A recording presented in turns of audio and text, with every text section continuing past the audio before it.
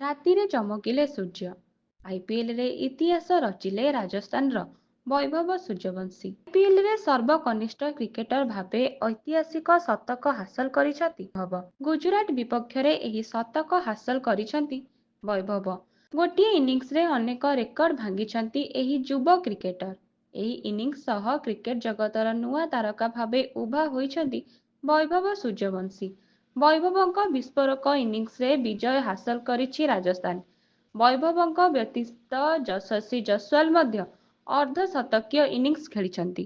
ମାତ୍ର 14 ବର୍ଷୀୟ ବିହାରର ଯୁବ କ୍ରିକେଟର ବୈଭବ ସୂର୍ଯ୍ୟବଂଶୀଙ୍କ ବିସ୍ଫୋରକ 38 ବଲରେ 101 ରନର ଇନିଂସ କ୍ରିକେଟ ଜଗତକୁ ଚମକାଇ ଦେଇଛି।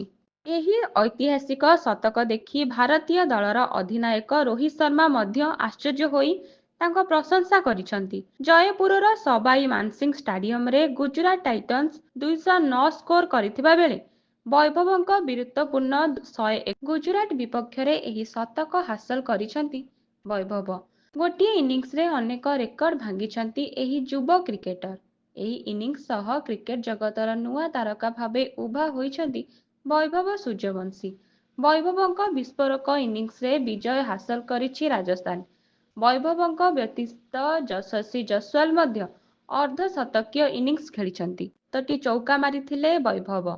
ଗୋଟିଏ ଇନିଂସରେ ସର୍ବାଧିକ ଛକା ମାରିଥିବା ଭାରତୀୟ ଆଇପିଏଲ ଖେଳାଳି ଭାବେ ଯଶସ୍ୱୀ ଜୟସ୍ୱାଲଙ୍କ ସହ 166 ରନର ଓପନିଂ ଭାଗିଦାରୀ ମଧ୍ୟ ରୟାଲ୍ସର ରେକର୍ଡ ବହିରେ ସ୍ଥାନ ପାଇଛି।